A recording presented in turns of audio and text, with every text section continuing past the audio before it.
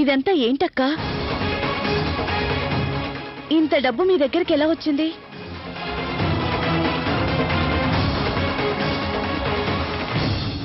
ఆ విషయం నేను నీకు చెప్పలేను. అక్క, మీరు నాకు చెప్పి తీరాలి. నేను కొన్ని రోజులుగా చూస్తూనే ఉన్నాను, మీలో చాలా మార్పు వచ్చింది. చివరికి అబద్ధాలు కూడా చెప్తున్నారు. అరే ఏంటి లవ్లీ నువ్వు? చూడు, నువ్వు నాతో అనవసరమైన విషయాలకి గొడవ పడుకోవా. ఇది అనవసరమైన విషయం కాదక్కా. అసలు మీరేమనుకుంటున్నారు? మీరు ఆ రోజు చేతికి పెట్టుకున్న ఉంగరం నకిలీదని చెప్తే నేను నమ్మేశాను అనుకున్నారా? నేను ఆ ఉంగరాన్ని తీసుకెళ్లి షాప్ లో చెక్ చేయించాను. వాడు 100% ఈ ఉంగరం వజ్రపు ఉంగరం అని చెప్పాడు. అలాగే ఈ ఊరు మొత్తం మీద 4000 రూపాయలు వస్తూనే 299 రూపాయలకిచ్చే బంపర్ ఆఫర్ పెట్టలేదు. అన్నిటికన్నా ఆదిబాబు గారి ఆపరేషన్ కి మీరు డబ్బులు ఎక్కడి నుంచి తీసుకొచ్చిచ్చారు? చెప్పాను కదా, నేను నా ఎఫ్డీని అబద్ధాలు చెప్పకండి. ఈ రోజు బ్యాంకులు బంద్. అలాంటిది మీరు ఎఫ్డీని ఎలా క్యాన్సిల్ చేశారు?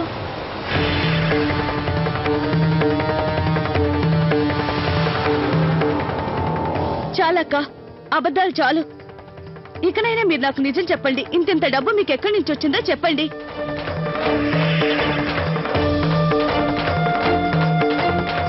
అక్క, మీరు అర్థం చేసుకోండి.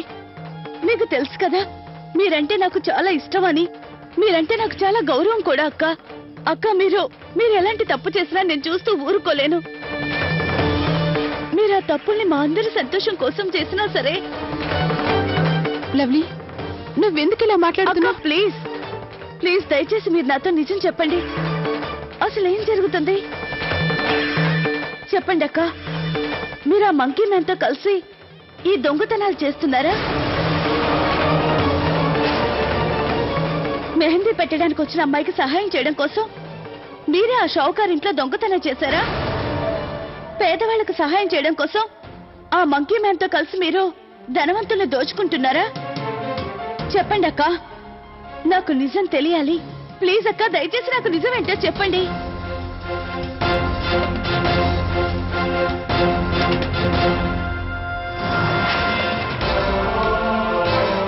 నువ్వు నా గురించి ఏమనుకున్నా పర్వాలేదు లవ్లీ. నువ్వు అడిగే ఏ ప్రశ్న కూడా నేను సమాధానం చెప్పను. ఇంతకన్నా నేనేం చెప్పలేను.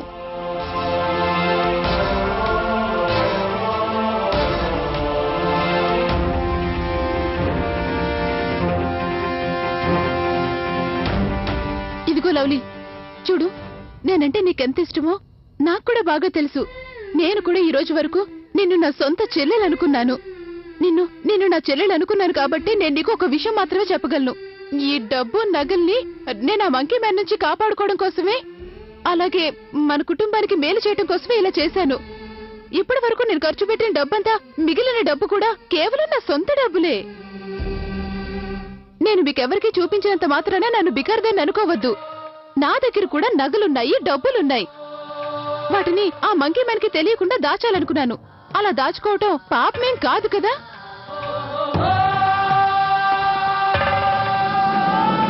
లవ్లీ, నేను చెప్పేది నీకు అర్థం కావడం లేదు కదూ? సరే, నేను నీకంతా తర్వాత వివరంగా చెప్తాను.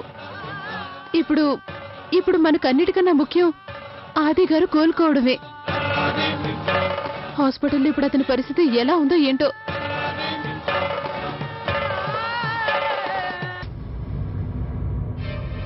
మొత్తం 4 లక్షలు. కార్తీక్, నాన్న, ఇప్పుడు ఆదికి ఎలా ఉంది? నాన్న, అన్నయ్య ఇంతవరకు స్పృహలోకి రాలేదు. ఆపరేషన్ కూడా స్టార్ట్ చేయలేదు. ఇప్పుడే మీనాక్షి వదిన వాళ్ళ నాన్నగారు చేసిన ఎఫ్డీని క్యాన్సిల్ చేసి డబ్బులు ఇచ్చారు. లేదంటే మా అందరి దగ్గర కలిపిన అన్నయ్య ట్రీట్మెంట్కి డబ్బులు సరిపోయేవి కాదు. బాధపడ కార్తీక్, కొంచెం కూల్గా ఉండు. బాధపడకుండా ఎలా ఉంటాను నాన్న? నాకు విషయం చెప్పండి. అవసరం వచ్చినప్పుడు కూడా పనికి రాకుండా పోతే ఈ మెడికల్ క్లెయిమ్స్, ఈ పాలసీలు ఎందుకు చెప్పండి? All these are bullshit. Karthik, ఇప్పుడు కోపడి లాభం లేదు. మనం వాళ్ళపై కన్జ్యూమర్ కోర్టులో కేసు వేద్దాం. ముందు మనం ఇప్పుడు ఆది గురించి ఆలోచించాలి. భగవంతుడి మీద నమ్మకం ఉంచు, అంతా మంచి జరుగుతుంది. మీ అమ్మగారు ఎక్కడా? భయంగా ఉందక్కయ్య. ఆదికి ఏం జరుగుతుందో ఏమో. ఆ ఇన్సూరెన్స్ వాళ్ళు చేసిన పని వల్ల ఇంతవరకు ఆదికి ఆపరేషన్ స్టార్ట్ చేయలేదు. దీనికన్నా అసలు ఇన్సూరెన్స్ తీసుకోకుండా ఉంటే బాగుండేది. భగవంతుడంతా చూస్తూనే ఉంటాడు. వాడు చేసిన తప్పులకి భగవంతుడు శిక్షిస్తాడు. వాడు జీవితాంతం బాధపడతాడు. వాడి మనసులో కొంచెం కూడా దయ అనేది లేదు. ఇలాంటి కష్టమే వాడికొస్తే అప్పుడు తెలుస్తుంది. నిజమే అక్కయ్య, దెబ్బ తగిలిన వాడికే ఆ నొప్పేంటో తెలిసొస్తుంది. వాడు పురుగులు పట్టిపోతాడు, దుర్మార్గుడు. ఏమండి, కౌసల్య, మీరు వచ్చేసారా? నేను వచ్చేసాను కదా, బాధపడకమ్మా. భగవంతుడి మీద నమ్మకం ఉంచు. ఆ? ఏమండి, బయట ఆ గోలేంటి? వెళ్ళి చూద్దాం పద. అరే అలా చూస్తావంటే త్వరగా కార్డు తీసి మేడంకి ఇవ్వు, త్వరగా. ఇదిగోండి, ఇతను ఇన్సూరెన్స్ కార్డ్. ఇతను మెడికల్ ఇన్సూరెన్స్ కంపెనీలో పనిచేస్తాడు. దేవుడు చచ్చిపోతున్నాను. అరే వీడా ఇన్సూరెన్స్ ఆఫీసరే కదూ? వీడే కదూ మన క్లెయిమ్ ని రిజెక్ట్ చేసింది? దేవుడు నొప్పి తట్టుకోలేకపోతున్నాను. అతనికి ఏం జరిగింది? అదే ఆ మంకీ మ్యాన్ ఉన్నాడు కదా, వాడు ఇతనిపై దాడి చేసి ఇతని దగ్గరున్న డబ్బంతా దోచుకుపోయాడు.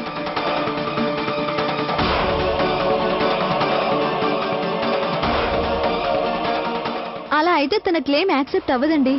మంకీ మ్యాన్ వల్ల ప్రమాదం జరిగితే ఈ పాలసీ కవర్ చేయదు. అరే అలా ఎలా అవుతుందండి? ఇది బీమా కంపెనీ వల్ల రూల్ మేడం. కేవలం మనుషుల పొరపాట్ల వల్ల యాక్సిడెంట్ జరిగితేనే ఈ క్లెయిమ్ పాస్ అవుతుంది. మంకీ మ్యాన్ మనిషి కాదు కదా. మీరు డబ్బు కట్టక తప్పదు.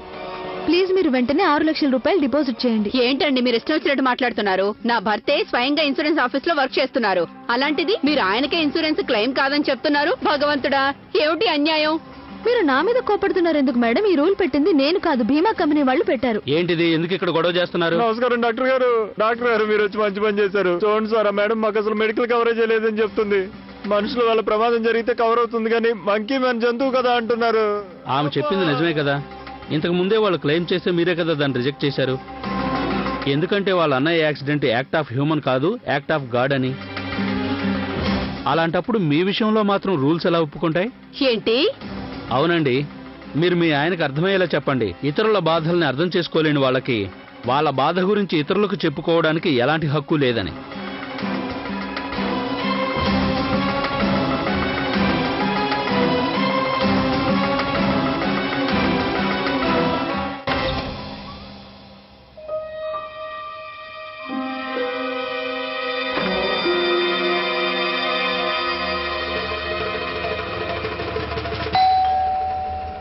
అత్తయ్య వాళ్ళు వచ్చినట్టున్నారు.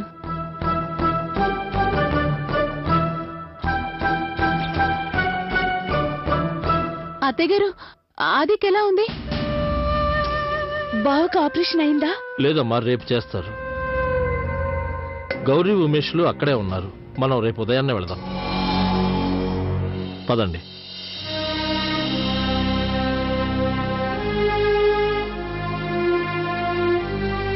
అత్తయ్య, మీరు వెళ్లి కాళ్ళు చేతులు కడుకురండి, నేను భోజనం వడ్డిస్తాను. సరే, అలాగే. కార్తీక్, అది ఆపరేషన్ కోసం ఇంకో 1 లక్ష రూపాయలు కావాలన్నారు కదా. మీరేం టెన్షన్ పడకండి. రేపు ఉదయం బ్యాంక్ తెరవగానే నేను వెళ్ళి తీసుకొస్తాను. మీకెవరు చెప్పారు?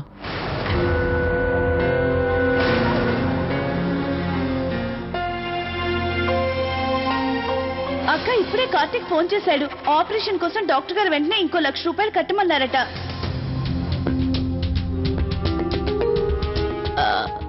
అది నేనే అనుకున్నాను.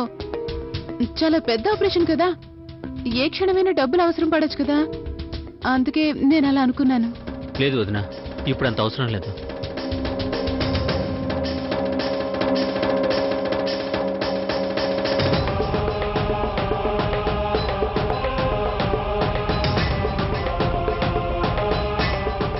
నిజంగా ఈ లవ్లీ ఉంది, చాలా తెలివిగలది. దీంతో నేను కొంచెం జాగ్రత్తగా ఉండాలి. మీరెంతైనా ట్రై చేయండి అక్క.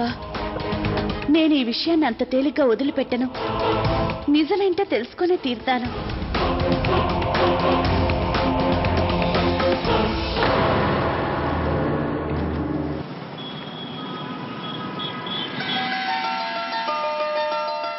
మీ ఫ్రెండ్స్ వచ్చేసారు.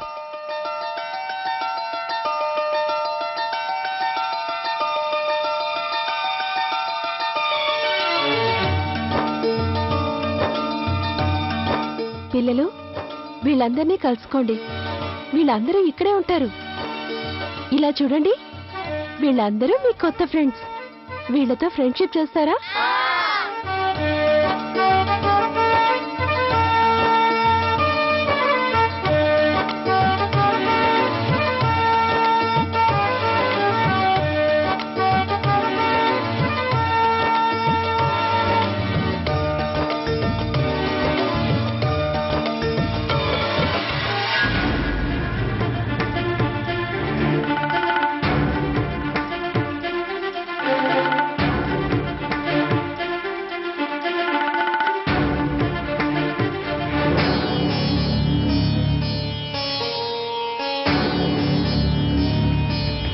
రండి.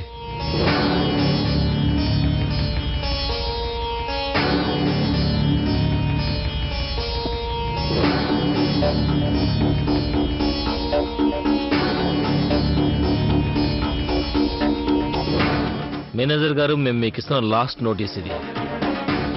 దీపావళి కన్నా ముందు మీరు ఈ స్థలాన్ని ఖాళీ చేయాలి, లేదంటే ఏం చేస్తారో నాకే తెలియదు. ఇంతమంది పిల్లలు నేను ఎక్కడికి తీసుకెళ్ళను? వీళ్ళందరినీ ఎక్కడికి తీసుకెళ్లాలో మీరే ఆలోచించుకోండి. నేను చెప్పగలిగిందల్లా ఒక్కటే, మీరు మర్యాదగా ఈ స్థలం ఖాళీ చేయకపోతే నేను మిమ్మల్ని బలవంతంగా పంపించాల్సి ఉంటుంది. అంత మాట అనకండి. చిన్నపిల్లల కోసం కాస్త కనికరించండి. ఈ స్థలమే వీళ్ళందరికీ ఆధారం. చిన్నప్పుడే ఆ భగవంతుడు వీళ్ళకి తల్లిదండ్రులు లేకుండా చేశాడు. ఇప్పుడు మీరు వీళ్ళు ఉండటానికి నీడ కూడా లేకుండా చేస్తున్నారు. ఈ స్థలం నాది. నేను ఏం చేయాలో ఏం చేయకూడదో మీరు నాకు చెప్పాల్సిన అవసరం లేదు.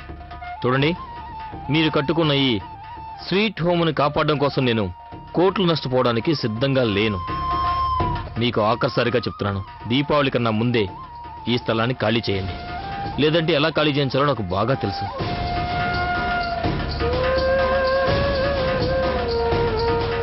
నేను చెప్పింది మీకు అర్థమైందా? Sir please try to understand. Deepavali లోపు ఆఖరిసారి.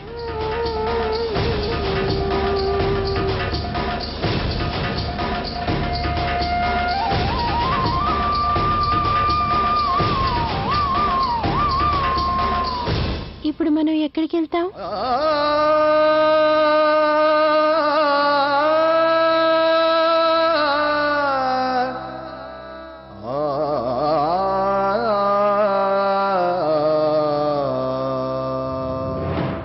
ఆపరేషన్ సక్సెస్ అయింది. ఇంకా మీరు కంగారు పడాల్సిన అవసరం లేదు.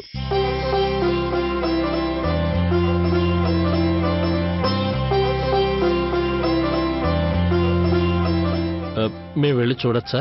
కొంచెం సేపు అయ్యాక వెళ్ళి చూడొచ్చు.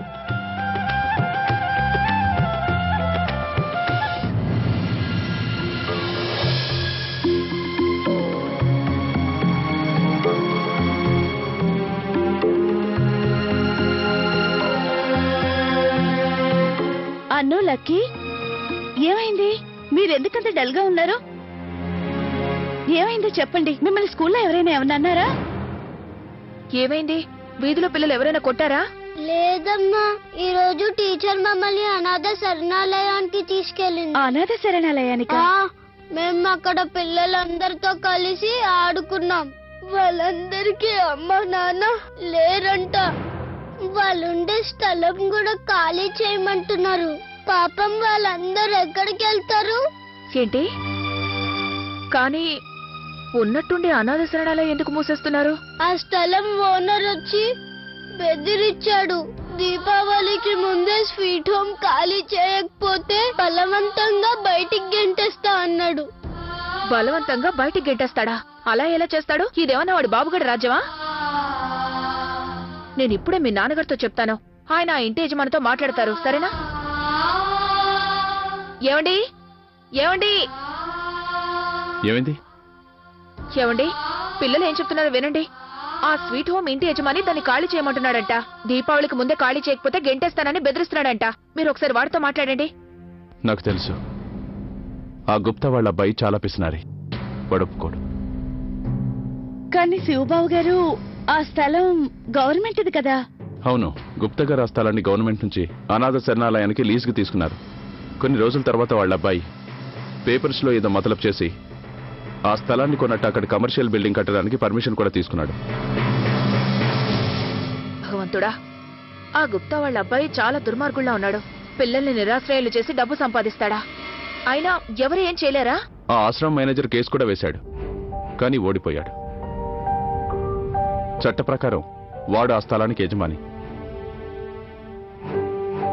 నాన్న, మీరు ఆ పిల్లలందరికీ ఎలాంటి హెల్ప్ చేయలేరా? సారీ అను, నేనేం చేయలేదు. ఇట్స్ నాట్ ఫేర్ నాన్న. వాళ్ళందరికీ మమ్మీ డాడీ కూడా లేరంట. వాళ్ళందరూ ఎక్కడికి వెళ్తారు? చిన్నాన్న, ప్లీజ్ వాళ్ళకి హెల్ప్ చేయండి. ఈ మధ్య మనుషులు చాలా మారిపోయారు. వాళ్ళ లాభం కోసం ఏమీ తెలియని చిన్నపిల్లల జీవితాన్ని కూడా నాశనం చేస్తున్నారు. వాళ్ళు కలికాలం రాక్షసులమ్మా. ఇలాంటి వాళ్ళని 4 రోడ్ల మధ్య నిలబెట్టి కఠినంగా శిక్షించాలి. అది చూసిన వాళ్ళు ఇంకెవరూ ఇలాంటి పని చేయరు. అమ్మా, పాప, మా పిల్లలు ఎక్కడికి వెళ్తారు? మనం వాళ్ళని మన ఇంటికి తెద్దామా? వద్దన్నో, మన దగ్గర అంత డబ్బు లేదు కదా. అంతమంది పిల్లల్ని మనం మన ఇంట్లో ఉంచి పోషించలేం. మీరేం టెన్షన్ పడకండి. మేము ఆ పిల్లలు ఇల్లు ఖాళీ చేయకుండా చేస్తాం.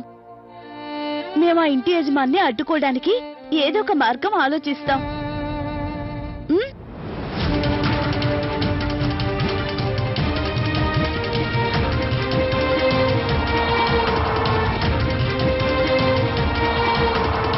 నేను మీనాక్షక్కని ఒక గంట కనిపెడుతూ ఉండాలి.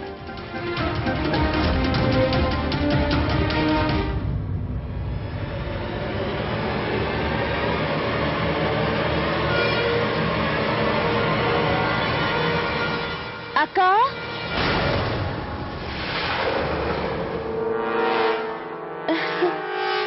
అక్క, మీరు పని మీద బయటికి వెళ్తున్నారా? నేనా? నేనెక్కడికి వెళ్తాను? లేదు లేదు లేదు. అవునా, అలాగా. మీరు బయటకు వెళ్తున్నారేమో అనుకున్నా. ఈ పైన డ్రెస్ ఐరన్ చేసి పెట్టాను, అలమరలో పెట్టుకోండి. Thank you.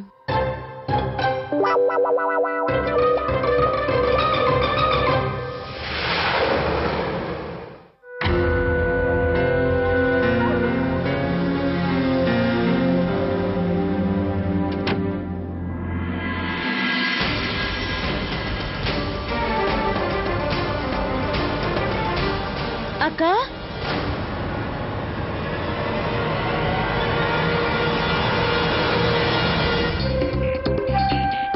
మీరు ఇలా ఎక్కడికి వెళ్తున్నారు? నేను ఇలా వెనక నుంచి ఎక్కడికి వెళ్తాను? నేను మిద్దె మీద సరదాగా తిరుగుదామని వచ్చాను. అలాగా, సరదాగా. సరదాగా వచ్చారా? సరే.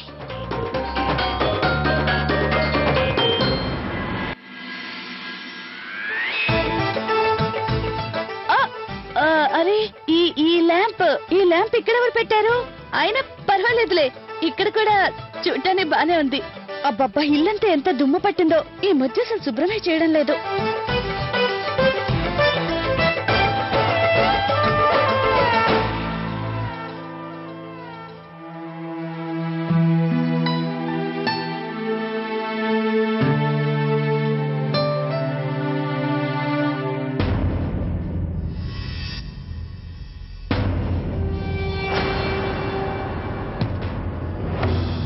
మీనాక్షక్క, ఏంటిది?